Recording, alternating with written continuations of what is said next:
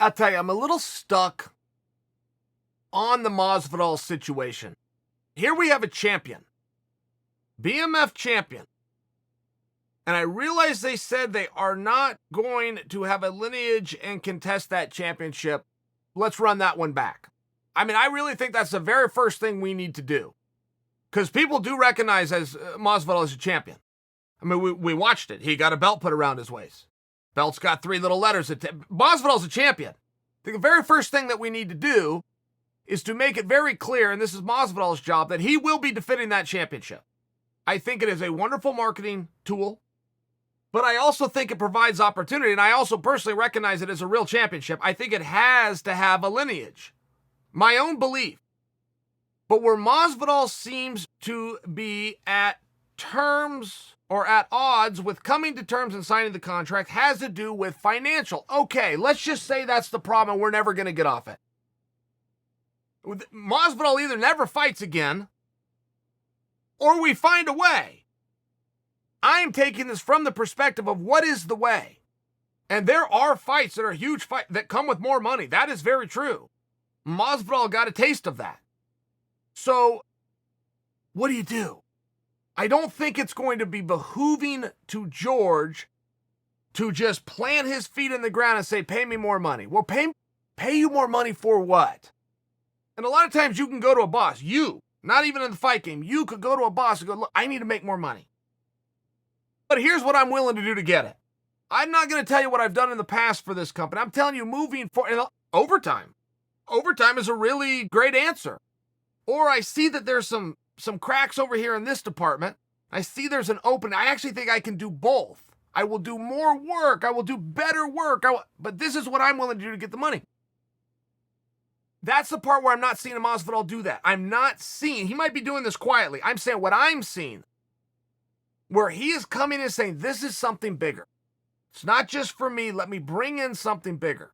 And a lot of guys will miss whoever they're standing across from, whether they like that person or not. We are partners. For tonight, you are my partner. So who is this partner going to be that would be something big? Look, I've got the obvious one for you, right? You don't have to be Kreskin to realize Conor. But I don't hear any talk on that. I don't hear Masvidal stirring that up. I mean, Conor was red hot at one point. The whole reason Conor went to 170 pounds was he was coming after Masvidal. And I thought Masvidal had a real opportunity there to stir that and get that going. I felt as though Masvidal was even doing his part. You guys might remember when Conor came back against Cowboy, Masvidal's in the front row sitting next to Steve-O wearing the same Versace robe that Conor had worn in some of his build-ups to Floyd Mayweather. I realize that might sound simple, but that's a very real thing. It was a real thing enough that I remember it to this day, 6 months later, because it was a great piece of theater.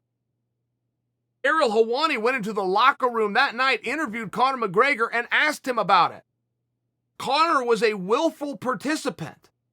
One of the problems and the reason that this died down is Dana was coming out and saying, hey, Conor's going to fight Khabib. That's what's next for Conor. So that didn't leave a whole lot of room for George. I think that he needs to get that going again, particularly when it's very obvious that Conor is willing to play. Conor seems to be sitting out here in this weird purgatory himself. It seems as though those guys could partner up based on animosity. Don't manufacture, don't sell us something fake. It just seems like they could both really use each other right now, and that's an obvious one. I go Diaz. I go Diaz because Nate works and Nick works. I'm not realistic that we're going to get Nick. I'm just suggesting for you that it works, and Nate always works. Not to mention that fight did leave a little to imagination. It was stopped based on a cut. It wasn't stopped due to a submission. It wasn't stopped due to a knockout. It didn't go to judges. And that's how we always think of fights contested. Well, the judges could weigh in, or you knock somebody out, or you tap them out. Well, it went to a cut. It was a little bit weird. Nate had his own opinion on that. George didn't get the full credit he wanted. That's going to piss George off too. There's something that could be done there, but I don't see that happening. There's a way you throw something out there. You see what the world says. If it starts to get hot, go back to the decision maker would seem like a more appropriate thing. Or I think he's got to wait. I'm not certain that there's something else big right now, but the sport changes very fast. It does change very fast. But the mere answer of, I want money just for me, it doesn't work. I mean, you're doing a business here. You got to have a good partner standing across from you. And George understands these things. George does understand these things. By example, he even came out when he was getting offered Usman and said, well, Usman doesn't draw. And he's comparing that to his last fight with Nate that was in Madison Square Garden. Listen, we can't do the Mecca right now. Can't have The Rock in attendance and putting a belt on people. There's a lot of really special things that happened that night that just can't happen. You will not be fighting at the Mecca. You will be fighting in front of nobody. It's just a different deal. You won't have anybody famous putting the belt around your waist, and nobody will be there. It's just a different deal. So do you wait? Do you hope somebody comes in? Because while you're doing that, I would always maintain for you, hope is not a strategy. Hope every now and then works out. Every now and then things just fall into place. It's just not a strategy. Because while you're hoping as you wait that something bigger comes, you also have to hedge your bet negatively. Somebody else comes on and steals my spot. Somebody else comes in with the same thing that I've got, which is brashness, which is realness, which is toughness, which is excitement. I mean, Masvidal is a stud. Masvidal checks a ton of boxes.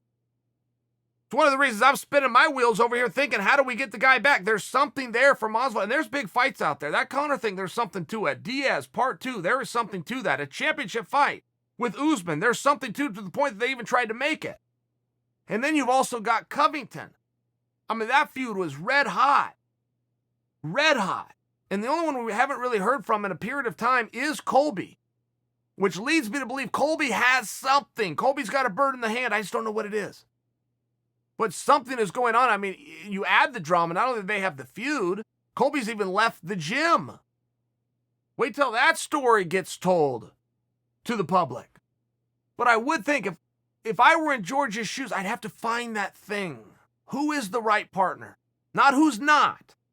Not who's not. If you've decided it's not, fill in the blank by example. Okay, I'm not asking who, I'm asking who is. And without fighting, without having the media opportunities that fighting brings, whoever that person is, how are you going to tell the story? There's answers to these questions. But in order, those are the questions that need answered.